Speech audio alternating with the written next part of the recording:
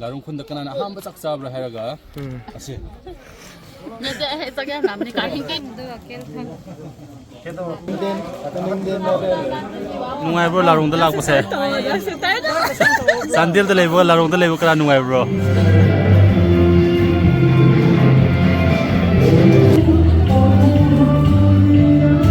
hi ma'am hoje khoi larong da le larong tro Larong Khullen da ko masi se kai mi leba kai leba This is a foundation day le Larong ge.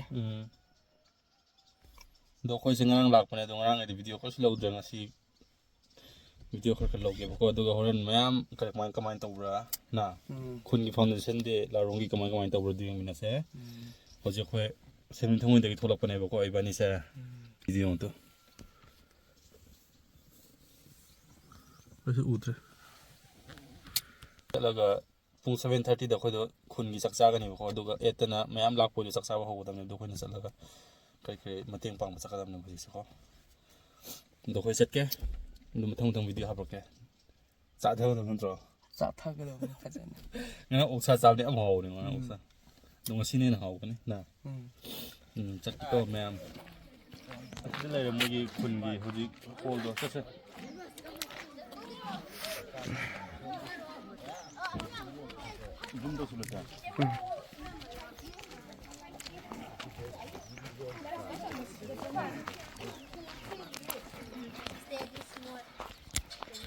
And kasal kawa.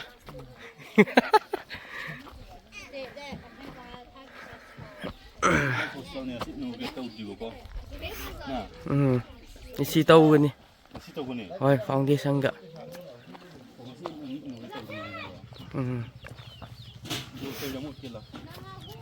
Hah?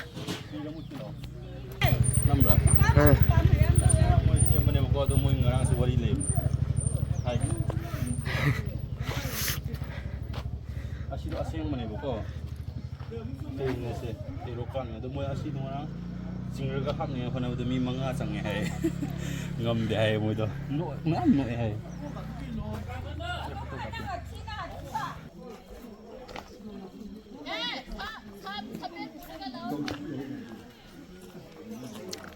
ai ubi aro sunu bisna alam thabuk khai ni ai ge gives spinning hai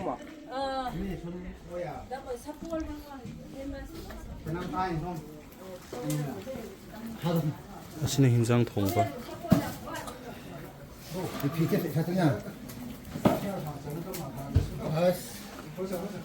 good duga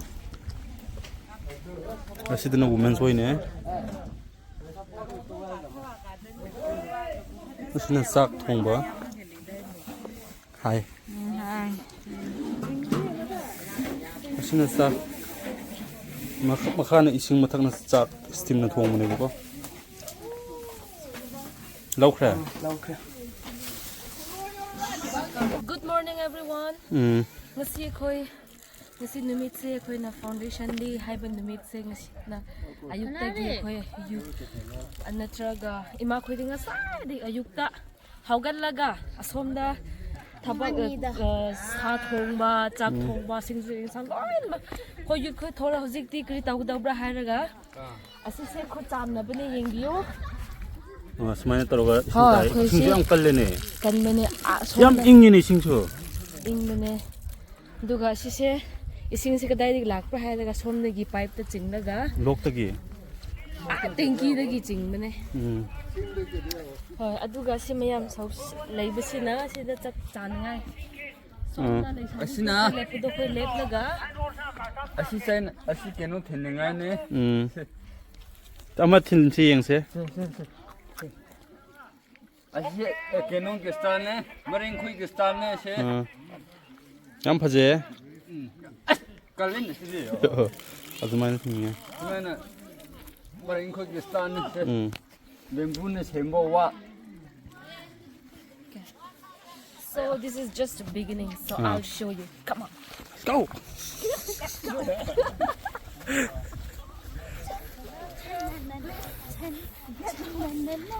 야외 진짜.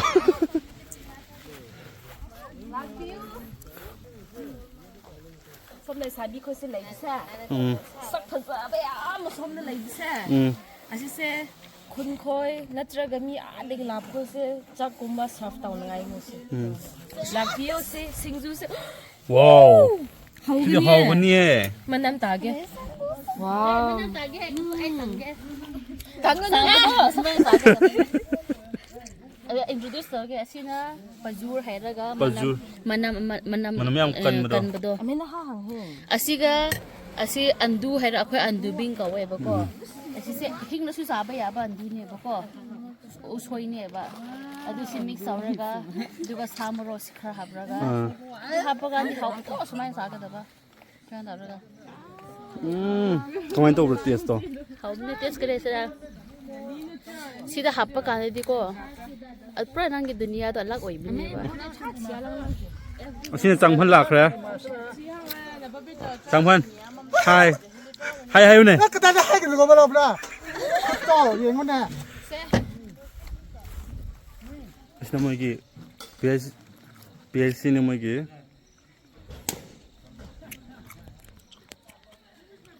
성함. 그리라 싹라 그리라.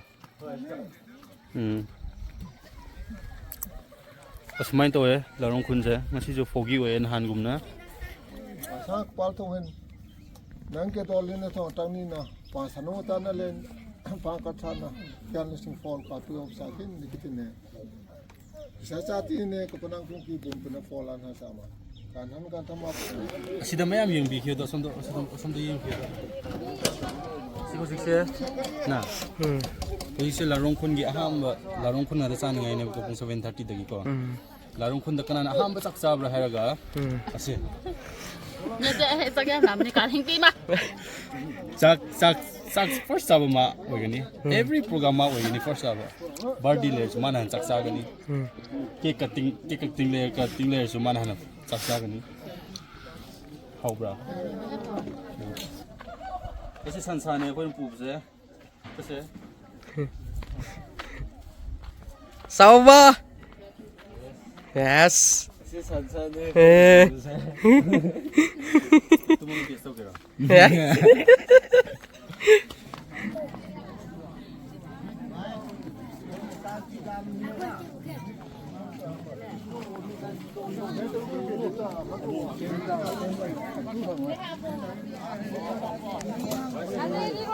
Anda extra pide niki igong mo.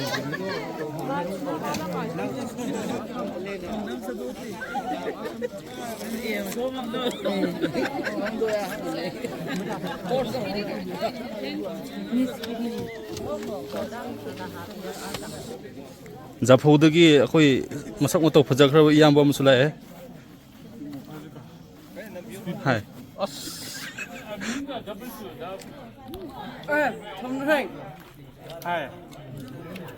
Hi hi Sao yên sao hậu bro Chào chào Bên là chào Karisa nữa 꼭 상한테는 뭐 아주 양만 그래 yam yam ra 웨더는 웨더 인 거고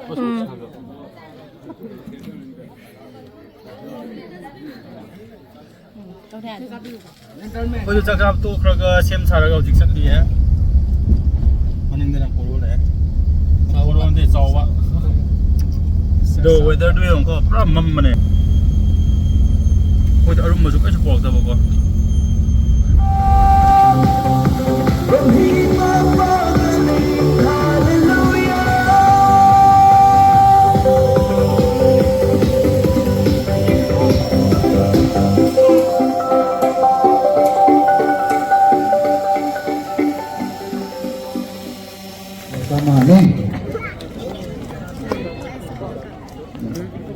All tung ki nahen tu de aung nahen na asin pisa ru lo no athwa ka wang pisa tu ya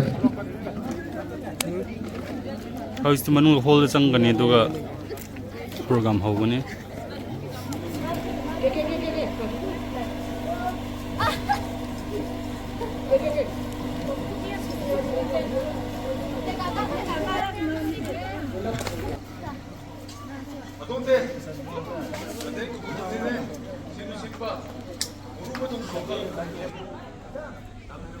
Hello.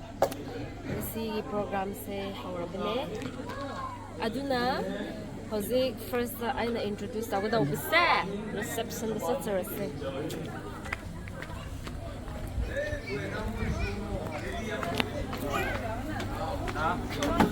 See quick reception se ceremony laire. Hi. Laksan laire.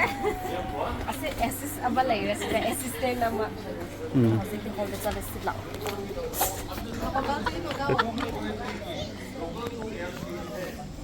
From the program. Sisi introduce to. Semua si busy ya boy.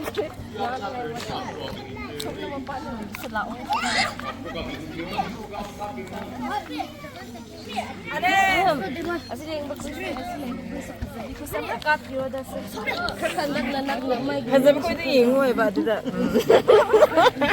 Si koi se kuroi da bane ko. Se ni kuroi da bane yo tu. Si ka kat yo se. Ada laksa bane ko di mapu de ko. Ma si kuroi hai ai. Kakalo. Ai hai pa da ko ma do kuroi hai. La. Sida si koi di kra. Tek lau ba koi ni. Si an introduce tau ba tau se. Kwai digi channel da business ta natraga ko kaino da yam chaw ba koi ni. For ahan da koi miss ringam la se. Women market se man lau ga dore ko loi na bang ma business women market da kwai digi chaw ba business man. Last next ma women market se ma gim ring da ringam lai na sakra ga ni. Next na oh ringam la. Next akhoi gi si Norhin Wangum aduma se short ta AK hai ko Akshay Kumar mas business yam chaw ne ko ma de ko reveal taw ba ya da ne ma business se ne manung da yam pai ne ko next is oh ma ki good news ma le ba ko si ma se kan gym chali ba ko adu gi se reason le ne reason se next video da bu ko uthan ge ko next asi pakhang hai ba ya de ko like sabi ko si pakhang ne hai dino ko mai sakta di yam baby looks ne ba si ko yam cute ho ye du khang e du shu ma se macha mari lai khra bane next kina se khwai digi hosi single oiri handsome adiga mapsi yam thaba aduna asom da lai ba koi single inang nu pi khoi ichan khoi ai recommend tawe si je asi pakhang se Keman. Hi. Kuning din. Kapal na. Main to. Kuning din model. Bakal rin. Bakal rin. Ay. Oh, wait, something yung usa. Hi, heyo. Hi, heyo. Ama sila ngang sunod adre. Hi, nungay bro larong dalak ko sa. Sandil dalay bro larong dalay bro kara nungay bro. Ama tunalha itena sama sumtum pathum ru Deuteronomy chapter 8 ki hai charpang achu so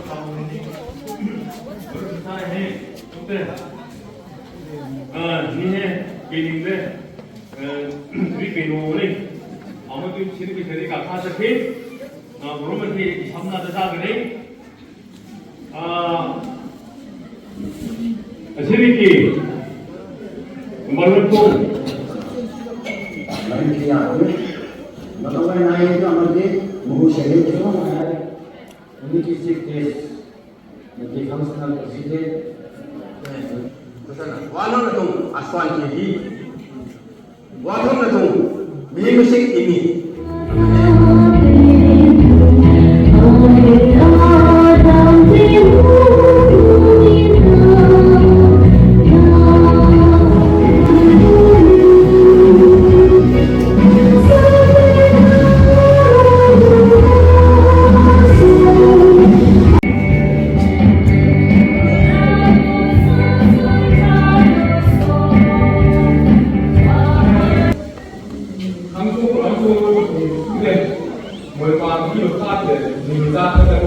ngasi function gi sane refreshment ne hang pro do cha se kri kri yaw rings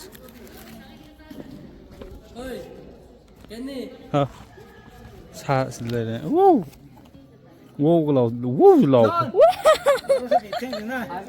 anh nhậu đâu bà ha do là chủ đề không hậu rồi hậu á một sai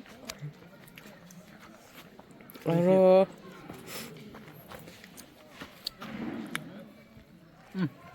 mày nè hậu á chết con ngasi la rong gi se asina loidri nungdang sule bin chong nungdang sule ya wen hap ke once hai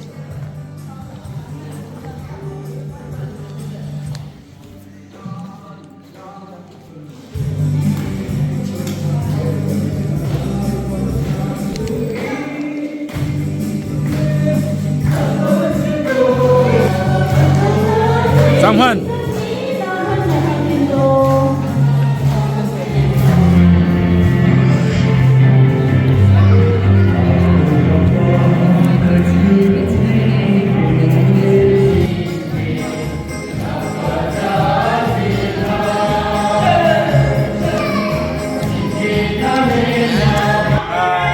mayam gathering to riye yeng bin ase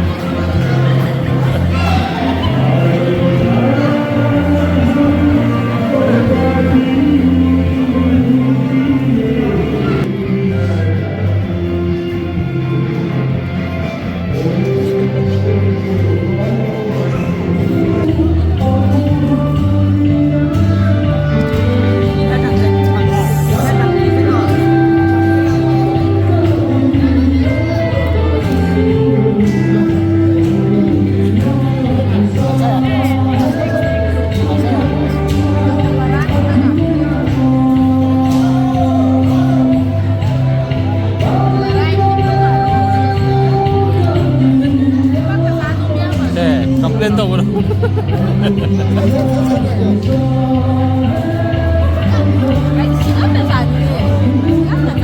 Chào anh em.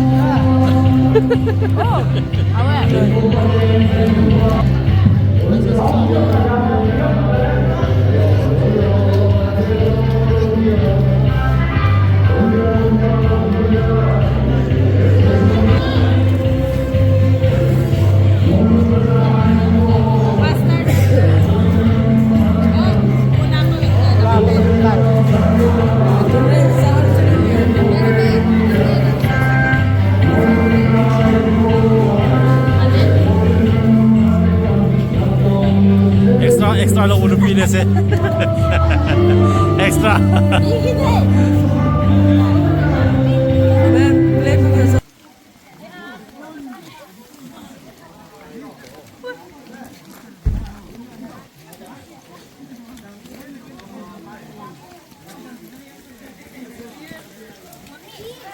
Ai nasi larong gi foundation dia do asmanya to loi kre Saru tubu hai buko